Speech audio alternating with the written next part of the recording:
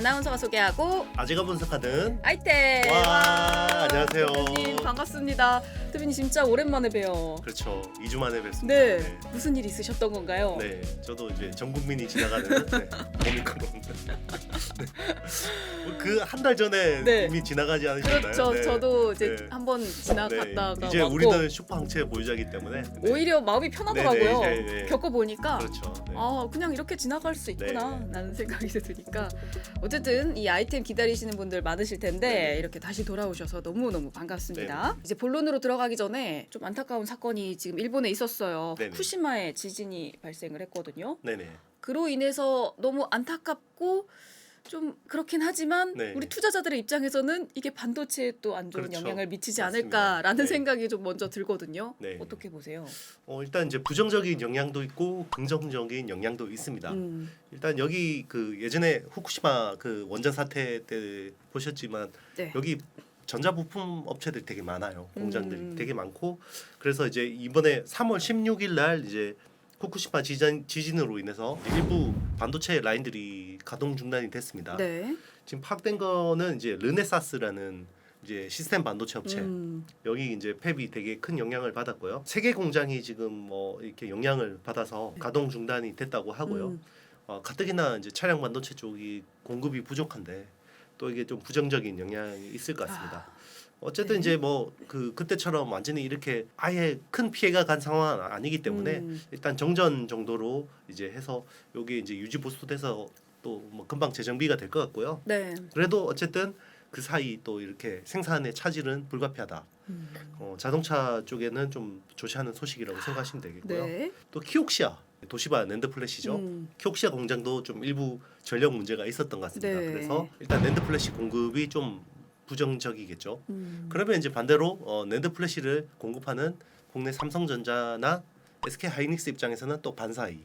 그죠. 그 전에도 팹 오염돼서 또 반사이익을 반사이익을 받는데, 받았고. 네, 이건 또 낸드 플래시 그 현물 가격에 상당한 긍정적인 영향을 또 미치지 않을까. 그래서 낸드 플래시는 올해 네. 뭐 여러모로 좀 좋은 흐름인 것 같습니다. 그렇네요. 네네. 뭐 가뜩이나 좀 낸드 쪽은 괜찮겠다 했는데 또 네네. 이렇게 한번 네. 지진으로. 맞습니다. 알겠습니다. 쭉 동향을 지켜봐야 될 것 같고요. 네네. 미 연준이 드디어 금리를 인상합니다. 네네. 사실 아주 오래 전부터 인상한다 그렇죠. 하고서 이런 러시아 우크라이나 사태 때문에 조금 뭐 어떻게 될지 모르겠다 하다가 완전 이제 인상을 한다. 그리고 네네. 앞으로 이렇게 더 인상을 한다. 사실 굉장히 공개된 그런 리스크 중에 하나긴 하거든요. 그렇죠. 이제 앞으로 어떻게 될지가 궁금한데 네. 주가에 안 좋은 영향을 끼칠 줄 알았는데 오히려 반대로 주가는 조금 오르고 있어요. 이게 네. 무슨 현상인 건가요? 일단 그 시장은 다들 빅스텝을 다 추정을 했었거든요. 네. 빅스텝이 뭐냐면 보통 금리는 0.25%씩 움직여요. 네. 그래서 베이비 스텝이라고 그러거든요. 그런데 이번에는 워낙 인플레이션도 심하고 0.5%로 올리지 않을까라고 해서 시장에서는 이미 그 수치가 다 반영이 된 거예요. 네. 장기채 금리에 이제 굉장히 다 반영이 됐었는데 오히려 이게 우크라이나 사태도 있고 여러모로 안 좋다 보니까 경기 하락에 대한 리스크가 너무 크다 보니까 연준 입장에서도 빅스텝으로 하기는 좀 부담스러웠나 봐요. 그런데 시장은 이미 0.5%를 반영하고 있는데 0.25%밖에 안 오르니까 네. 오히려 시장은 환호한 거죠. 그래서 당장은 주가가 좀 이렇게 반등이 좀 그래도 괜찮게 났는데 이게 장기적으로는 네. 아주 좋은 건지는 모르겠어요. 왜죠? 왜냐하면 시장이 이미 그거를 반영했을 때는 한 번에 해버리는 게 오히려 더 낫지 않았을까. 그래요? 네. 왜냐하면 이게 이번에 0.5%를 못 올려놓으면 또 이게 금리 인상에 대한 그 어떤 압박이 우려들이 또, 계속 이렇게 남아 있잖아요. 시장은 사실 제일 싫어하는 게 불확실성이거든요. 이번에 그냥 시장에서 이미 이게 반영돼 있을 때 한번 이렇게 빅스텝으로 가고 약간 버퍼를 가져가는 게 오히려 더 낫지 않았을까라는 게 이제 제 개인적인 생각인데요. 네. 매도 빨리 맞는 게 낫다. 약간 그런 네. 느낌인 건가요? 그렇죠. 이미 나는 데미지를 받았기 때문에 네, 맞아도 딱 그 정도였는데 네. 오히려 힘든 거는 또 남겨놓고 언젠간 또 이게 또 해결해야 되는 거잖아요. 네. 그러니까 해결해야 되는데 약간 해결이 안 된 채로 계속 그렇게 그렇죠. 찝찝함이 남아 있는 그런 맞습니다. 느낌이. 일단 당장은 뭐 일단 시장은 환호한 거죠. 네. 지금 반도체 쪽에 또 중요한 이슈 하나를 꼽자면 이 GOS 논란이 아닐까 네네. 싶어요. 네. 정말 시장이 뜨겁거든요. 네네. 삼성전자 왜 그랬어? 네. 무슨 일이야? 아주 지금 난리가 났습니다. 맞습니다. 이 신뢰도에 굉장히 큰 데미지를 주고 있거든요. 이 논란이 뭔지 또 앞으로 행보가 어떻게 하는 것이 좋을지 좀 알려주시죠. 그러게요. 되게 그 갤럭시 좋아하시잖아요. 저는 갤럭시 굉장히 네, 빠순이에요. 그죠. 그렇죠. 굉장히 갤럭시를 사랑하시는데 네. 근데 게임 안 하시니까 잘 몰랐죠. 그러니까 사실 저는 네. 느껴지지는 네, 않았어요. 그렇죠. 네. 이게 사실 게임 하는 사람들 아니면 잘 몰라요. 사실 저도 이번에 이게 GOS라는 이슈에 대해서 알게 됐고 이게 그리고 5년 전부터 이게 GOS라는 거를 쓰고 있다라는 것 이미 자체도 있었는데 몰랐죠. 예, 체감은 네. 못했었죠. 이거 사실 어떻게 보면 몇 년 전에 독일 디젤 친환경 디젤 게이트 있었잖아요. 그렇죠. 그게 뭐였냐면 독일은 이 ESG 환경에서도 우리가 디젤 차를 친환경 쪽으로 만들 수 있다라고 해서 굉장히 많은 디젤 차를 팔았죠. 그래서 실제로 실험실에서 테스트를 해보니까 오염 물질 배출이 굉장히 적은 거예요. 그래서 진짜 친환경 디젤로 친환경이 오. 되는구나. 지금 생각하면 어이없죠. 네. 근데 되는가 보다라고 해서 많이 판 거예요. 그런데 나중에 알고 보니까 실험실에서는 친환경인데 네. 실제로 달릴 때는 전혀 친환경이 그렇지 않아요. 아니었던 거죠. 네. 그러니까 이 소프트웨어가 이 실험실에서는 친환경적으로 작동하다가 이 실험실이 아닌 데서는 그냥 쫙 풀려버리는 그죠. 어떻게 보면 치팅을 한 건데 네. 똑같이 한 거예요. 삼성이. 그럼 그때도 네. 알고 있었던 거예요? 알고 의도적으로 한 거죠. 그래서 의도적으로? 천문학적인 과징금을 맞은 거고 오바마 정부 때인데요. 삼성 같은 경우도 매번 뭐 스마트폰 출시하면 하는 게 뭡니까? 첫 번째 나오는 워딩이 CPU가 65% 개선됐고 뭐 전력 소모가 15% 감소되고 GPU가 뭐 이런 이야기 하잖아요. 벤치마킹도 네. 다 해보고. 그렇죠. 그 벤치마킹을 다 구라쳤다는 거죠. 네. 진짜. 그게 실험실에서는 네. 정말 그렇게 돌아가는데 실제로 게임할 때는 다운그레이드 돼서 된 거죠. 왜냐하면 반도체에서 열이 많이 나니까 그렇게 한 건데 그게 이제 이번에 네. 그 벤치마크 테스트 업체에다가 적발이 돼서 아예 이제 삼성은 일단 리스팅 자체에서 빠지는 빠지죠. 이런 굴욕을 당하게 된 거죠. 아니 이 논란이 이 삼성전자의 앞으로의 뭐랄까 신뢰도 네, 또 그리고 행보에 조금 타격을 크게 줄 것 같거든요. 네, 그리고 그렇죠. 삼성전자를 어떻게 바라봐야 될까요? 그 이제 어쨌든 프리미엄 스마트폰 시장에서는 네. 애플하고 삼성 갤럭시가 그래도 양대 산맥인데 굉장히 좀 데미지가 가죠. 네. 네. 뭐라고 뭐 옹호해 줄 수가 없네요. 네, 네. 이거는 뭐 커버 칠 수도 없고 네, 커버 칠 수가 팩트니까. 없어요. 네, 커버 칠 수가 없고 이거는 정말 치팅 행위입니다. 네, 치팅 행위고 정말 삼성이 이번 사건을 계기로 그 폭스바겐도 그랬잖아요. 디젤 게이트 사건 이후로 네. 이제 다시 회개해가지고 그죠, 개심해서 그죠, 이제 전기차 열심히 이제 만들고 있잖아요. 네, 얼른 그렇게 해야죠. 네. 저 앞으로 어떻게 이 문제들을 풀어 나갈지 이거에 대한 또 반성을 하고 네네. 어떻게 또 개선해 그렇죠. 나갈지가 우리가 지켜봐야 할 문제인 것 맞아요. 같습니다. 그러니까 애플 같은 경우도 네. 비슷한 사건이 있었어요. 이제 배터리 게이트라고 해서 배터리 게이트 있었죠. 네, 이게 이제 구형 모델 같은 경우는 의도적으로 배터리 성능을 떨어뜨리는 이슈들이 있었는데 그 사건을 계기로 천문학적인 소송을 당했고 네. 그리고 그 뒤로 문제점을 깨닫고 출시한 반도체가 M1이라는 그죠. 괴물 괴물을 반도체를 나왔죠. 그렇죠. 삼성도 그런 식으로 전화위복의 계기가 되면 좋지 않을까 생각하고 있습니다. 네, 맞습니다. 앞으로 또 더 이 일을 계기로 네네. 괴물을 또 낳는 그런 회사가 됐으면 맞아요. 좋겠어요. 네. 자, 그럼 본격적으로 오늘 주제로 들어가 보자면 네. 오늘 주제는 후공정 오사트입니다. 네네. 네. 일단 오사트가 뭔지 개념부터 정리해 주시면 좋을 것 같거든요. 네. 사실 그 후공정이란 말이 작년부터 굉장히 많이 네. 나왔을 거예요. 원래 우리 반도체 그러면 무어의 법칙이라 그래서 전공정에서 미세공정이 어떻게 되냐 이것만 관심 있었지. 얼마나 스테밀하게 되는지. 그렇죠. 그 뒤로 뭐 이게 사실 후공정은 관심도 없었어요. 네. 사람들이. 그런데 이게 후공정에 관심을 가지게 된 게 TSMC. TSMC. 그죠. 원래 TSMC가 삼성 파운드리하고 계속 미세공정 경쟁을 하다가 네. 아이폰 6 때였죠. 그때 이제 애플 아이폰 AP 물량이 100% TSMC로 넘어가게 되는 계기가 있었는데 그때 삼성은 14나노였고 TSMC는 16나노였는데 네. 칩 성능을 테스트해 보니까 16나노가 더 잘 나오는 거죠. 그게 후공정 때문에. 후공정에 팬아웃 WLP라는 네. 어드밴스드 패키징 기술이 적용되면서 이게 후공정이 칩의 성능을 이렇게 끌어올릴 수 음. 있구나라고 해서 그때부터 후공정이 굉장히 핫해진 거고요. 네. 그리고 최근에는 이제 AI 반도체 뭐 이런 쪽으로 음. 되면서 그리고 슈퍼컴퓨터 이런 쪽으로 굉장히 또 하이퍼스케일러 컴퓨팅 쪽으로 또 어드밴스드 패키징 기술이 많이 쓰이기 시작했고 오사트라는 말은 파운드리 쪽에서 후공정을 전담으로 해주는 회사들 이야기합니다. 대표적인 회사가 대만의 ASE라는 회사가 있고 네. 미국의 암코라는 회사도 있고 음. 중국의 JCET 뭐 이런 회사들이 있는데요. 이 오사트라는 말은 아웃소스드 세미컨덕터 어셈블리 앤 테스트. 그렇죠. 네. 그러니까 이제 전공정 웨이퍼를 가지고 이 TSMC 같은 회사들이 웨이퍼를 만들면 이걸 쪼개 가지고 바둑판처럼 딱 쪼개서 나온 다이를 패키징하는 게 후공정. 그리고 패키징하고 나서 테스트 검사도 해야 하는 게 오사트 업체들의 역할입니다. 이 오사트에 대한 관심도가 점점점 높아지고 있는 가운데 네. 두산도 여기에 네. 이제 끼어들었죠. 네네. 테스나를 이제 완전히 인수를 하겠다 네. 결정을 했어요. 네. 이 두산이 테스나 인수에 나선 이유에 대해서 좀 네. 설명해 주시죠.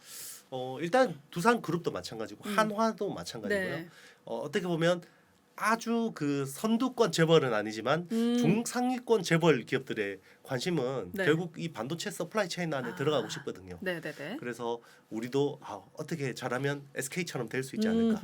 그죠? SK가 원래는 내수 회사였잖아요. 그죠?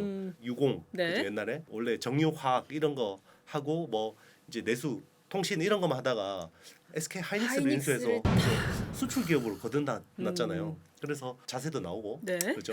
최태원 회장 또 이렇게 폼도 나고 이제 이런 것들 하고 싶은 거예요. 2세, 3세 경영자들이 되면서 그래서 이제 두산도 사실은 예전에 소주 회사도 팔아먹고 오비 맥주도 다 팔아먹고 네. 중공업하고 그런 것만 남아가지고 굉장히 고생했는데 어쨌든 차세대 먹거리 차세대 먹거리. 결국은 이제 4차 산업혁명의 핵심 무기는 반도체다. 그래서 거기에 뭔가 하나 다리는 걸쳐야겠다라는 생각이 아닐까. 그래서 테스나라는 회사는 네. 반도체 후공정 테스트 전문 업체입니다. 테스트 전문 업체고 후공정 테스트 쪽에서는 또 웨이퍼, 이 반도체 웨이퍼 수준의 테스트가 있고 이걸 다 쪼개서 패키징하고 나서도 또 테스트를 하는데요. 네. 웨이퍼 테스트가 좀 기술 수준이 좀 더 높아요. 그런데 테스나는 웨이퍼 테스트를 굉장히 잘하는 회사다. 예. 원래는 사모펀드가 대주주였기 때문에 계속해서 회사를 팔 수밖에 없는 상황이었는데 과연 누가 가져갈까? 한화가 가져갈까? 뭐 여러 이슈들이 썰이 있었는데 결국은 두산이 가져갔습니다.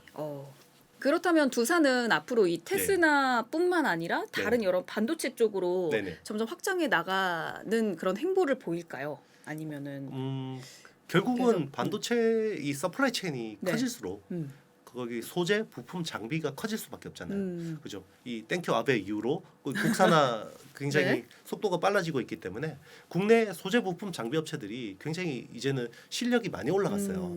그래서 나중에 정말 BTS 같은 애들이 나올 수도 있는 거예요. 거기서. 그죠? 그래서 잘 이제 앞으로 이런 네. 소부장 중심으로 해서 인수를 해서 그래서 빨리 이런 쪽으로 자리매김해서 차세대 먹거리를 찾아야겠다라는 생각이 아닐까 생각합니다. 아니 그런데 좀 신기한 점은 오히려 삼성전자는 네. 이 후공정 쪽으로 더 투자를 해야 하지 않을까라는 네네. 생각이 드는데 네. 오히려 약간 인색하다라는 네네. 말이 나오거든요. 네. 왜 그럴까요? 왜 그러냐면요. 네. 후공정을 삼성이 잘 못해요. 그게 이유구나. 잘 못하는데 아하. 어쨌든 반도체라는 거는 전공정을 잘해도 기술이 좋아지고 네. 후공정을 잘해도 좋아지는데요. 삼성은 어쨌든 선택과 집중을 할 수밖에 없잖아요. 전공정은 TSMC한테 밀리고 후공정도 TSMC한테 밀리고 그죠? 그러면 어디서 우리가 빨리 따라잡을 수 있을까? 전공정이라고 그래서 생각한 것 전공정을 같아요. 선택을 했구나. 그래서 3나노부터 GAA라는 게이트 올 어라운드 신공정을 도입한 것 같고요.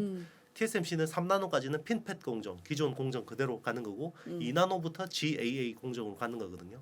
그러면 삼성 입장에서는 모든 리소스를 3나노 GAA에 집중할 수밖에 없겠죠. 네네네. 그런데 이것도 어설프게 하고 후공정도 어설프게 하면 아무것도 안 된다는 거죠. 대신에 후공정을 잘 못하지만 미국의 암코라는 회사를 끌어들여서 세계 2위 오삿 업체죠. 암코는 옛날에 아남반도체입니다. 네.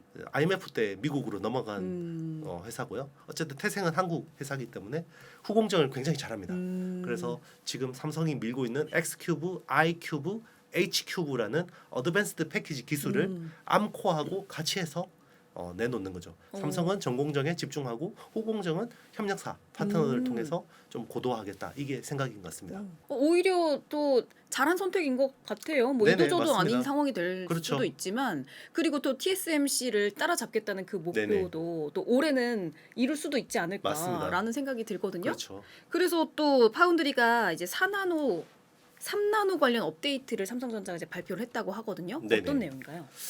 일단은 이제 3나노 게이트 올 어라운드는 올 상반기 양산 공언을 했어요. 네. 상반기 이제 공언을 했는데 지금 시장에서 나오는 노이즈는 뭐냐면 작년까지는 5나노가 최첨단 선단 공정이었거든요. 네. 뭐 엑시노스, 퀄컴 스냅드래곤 이런 것들이 다 5나노 공정이었는데 5나노 공정에서 올해 4나노로 전환한다라는 게 다 계획들이었어요. 그런데 삼성 지금 4나노 수율이 굉장히 안 나온다라는 네. 뉴스들이 많이 나오고 있죠.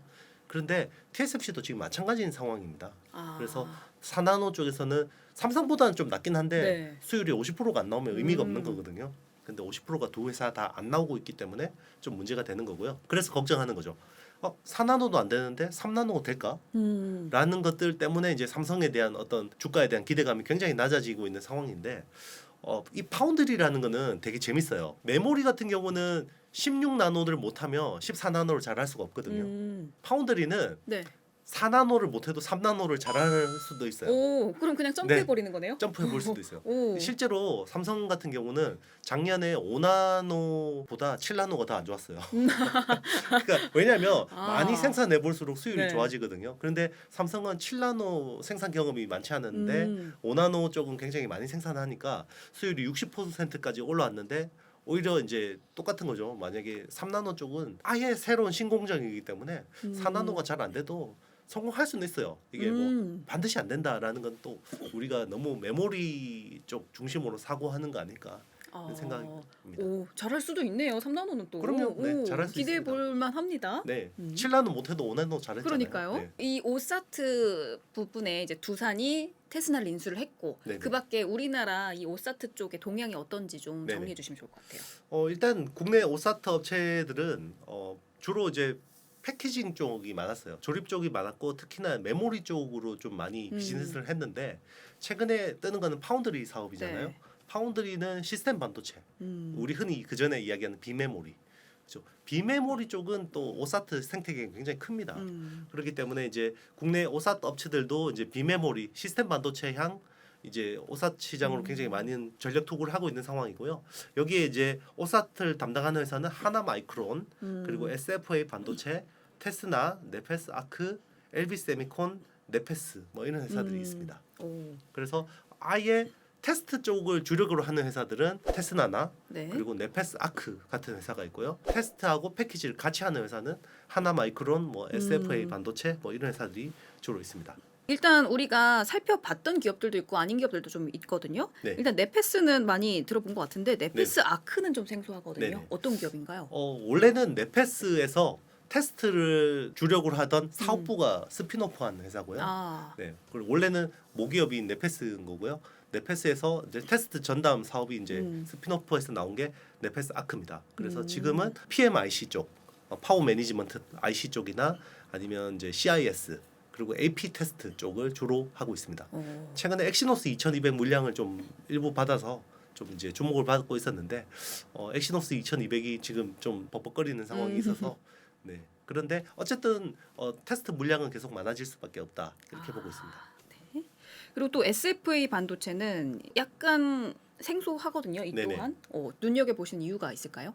네. 원래 SFA 반도체는 보광그룹, 네. 네. 보광그룹에서 오사트를 담당하는 회사였는데 이게 SFA로 이제 인수가 되면서 SFA 반도체가 된 거고요. 네. 되게 힘들었어요. 그동안 굉장히 많이 힘들었는데 이게 이제 시스템 반도체 생태계가 좋아지면서 굉장히 좀 턴어라운드를 세게 한 케이스라고 보시면 되고요. 패키징 쪽하고 테스트를 다 하는데 최근에 하나마이크론하고 SFA 반도체가 좀 주목받는 이유는 네. 지금 그동안에는 메모리 중심이기 때문에 삼성전자나 SK하이닉스가 전공정부터 후공정까지 다 직접 했어요. 테스트도 다 직접 했어요. 네. 그런데 이제 지금은 전공정 쪽에 뭔가 리소스를 집중하고 후공정 쪽은 외주를 주는 게 오히려 더 효율적인 네네. 상황이거든요. 그러다 보니까 이제 아무래도 후공정은 사람도 많이 써야 돼요. 인력을 많이 써야 되는데 국내에서 하면 비싸잖아요. 그쵸? 인건비가. 그러니까 동남아 쪽에 진출한 회사들이 좀 쇠를 보는데 하나마이크론 같은 경우는 베트남 쪽에 공장이 잘 돼 있고 SFA 반도체 같은 경우는 이제 필리핀 같은데 좀 공장이 잘 돼 있어서 삼성이나 SK 하이닉스 외주 물량이 늘어나면 이 두 회사가 쇠를 본다 이런 컨셉으로 최근에 주가 좀 흐름이 좋은 편입니다. 근데 또 아까 언급해주신 LB 세미콘 같은 경우에는 최근 흐름이 그렇게 좋지는 않았었거든요. 네네. 또 영업이익이 이제 전년 대비에 급감하기도 했고 네네. 그런데도 주목을 하시는 이유가 있을까요? 원래 LB 세미콘은 이제 범퍼 쪽이죠. 밑에 볼그리드 어레이 이제 범퍼 쪽을 주로 하던 회사였는데 테스트 쪽을 진출하면서 이제 패키징하고 테스트 쪽을 이제 같이 하게 된 거고요. 조금 재밌는데 LB 그룹이라는 그룹 자체가 LG 네. 계열입니다. 아 그래요? 네, 한때 뭐 저기 LB 인베스트먼트가 BTS 하이브 빅히트 엔터에 투자를 해서 한때는 이제 LB 세미콘도 같이 BTS 관련주로 좀 엮이기도 덩달아. 하고 그랬는데 네. 어쨌든 이제 LG 계열인데 네. 특이하게 삼성 쪽 테스트 물량을 받은 거예요. 엑시노스 쪽. 그래서 네. 이제 되게 기대감을 모았었는데 엑시노스가 지금 잘 안 되고 있잖아요. 그러면서 투자는 많이 해놨는데 좀 이제 물량이 좀 안 되면서 좀 그런 데미지들이 네. 좀 있는 거고요. 그런데 어쨌든 이제 앞으로는 외주 물량이 많이 늘어날 수밖에 없고 그리고 이제 LX 세미콘 있잖아요. 네네네. 이제 디스플레이 드라이브 IC를 하는 회사 쪽에 또 물량이 많아지기 때문에 아. 또 이제 그런 쪽 범퍼 쪽 물량도 안정적이다. 단기적으로는 좀 실적에 데미지가 있었지만 장기적으로는 충분히 극복 가능하다 생각하고 있습니다. 마지막으로 이제 한 가지만 더 여쭤보자면 삼성전자가 또 반도체 패키지 전담 조직을 꾸렸다고 하더라고요. 네네. 이건 어떤 내용인가요? 지금 삼성이 이제 후공정 쪽에서 가장 미는 기술은 큐브 시리즈잖아요. 네. X 큐브, I 큐브, H 큐브 같은 어드밴스드 패키지 기술들인데 이런 것들을 고도화하기 위해서 이제 좀 최근에 전담 조직을 꾸렸습니다. 그래서 지금 이 DS 부문 내에서 글로벌 제조 인프라 총괄이라는 이제 조직이 있는데 거기에 이제 테스트 앤 패키지라는 이제 센터를 하나 신설을 했어요. 여기 이제 이규열 부사장이 센터장으로 이제 돼 있고요. 임원이 9명이나 소속된 네. 앞으로 굉장히 좀 여기서 많은 역할을 하게 될 것 같습니다. 또 전담 조직이 생긴다라는 거는 앞으로 여기가 계속해서 중요해진다라는 거예요. 중요해진다라는 거고요. 최근에 애플이 M1 울트라 내놨잖아요. 네. M1 울트라는 M1 맥스 칩을 2개를 붙인 거예요. 칩을 2개 붙인 건데 우리 생각하면 그냥 칩 2개 붙여서 성능 내는 게 뭐가 특이하냐라고 네. 생각할 수 있죠. 되게 강력해질 것 같은데. 그렇죠. 네. 그런데 왜 못할까요? 왜 못하는 거예요? 그러니까 쉽지 않은 거예요. 아. 왜냐하면 우리가 병렬로 뭔가 칩을 연결한다라는 네. 거는 전기로 치면 교류죠. 교류 연결인데 네. 성능을 2배로 내려면 직류로 연결이 돼야 되는 거죠. 그죠? 그만큼 쉽지 않은 거예요. 이 칩 2개를 그냥 붙인다라는 건 회로적으로 붙인다라는 건 굉장히 네네네. 쉽지 않은 건데 그거는 결국 애플이 칩 설계도 잘하지만 네. 후공정 기술도 굉장히 뛰어나다라는 거예요. 그 방증이거든요. 그러면 사실은 칩 2개 붙여서 그만한 성능 낼 수 있으면 뭐 삼성도 엑시노스 2개 붙이면 되는 거 아니에요, 그죠? 그런데 그러게요. 그렇게 절대 못 하잖아요. 그만큼 앞으로는 후공정이 중요해지고 그리고 TSMC 같은 경우도 코워스라고 하죠. 코워스 쪽 후공정 SOIC 같은 어드밴스드 패키지 쪽 기술이 계속 중요해지고 있는 거고 인텔 같은 경우도 EMIB라는 그죠? 이제 어떤 실리콘 브릿지를 통해서 연결하는 이런 어드밴스드 패키지 기술들이 계속 중요해지고 있는 겁니다. 그러면 여기서 앞으로 뛰어난 회사들이 나올 거고 그런 네. 회사들은 굉장한 시세를 낼 수 있다라는 이제 또 추정이 가능하겠죠. 앞으로 이 반도체 패키지 쪽에 집중을 더 할 것이다. 그리고 네, 우리도 삼성전자도 나중에 붙이는 칩 나올 수도 있겠네요. 그러면. 충분히 나올 수 있죠. 네. 결국 이제 칩을 수직으로 쌓든지 아니면 실리콘 인터포저라는 걸 통해서 옆으로 연결하든지 병렬로. 연결하든지. 네, 그게 대세가 되는 거죠.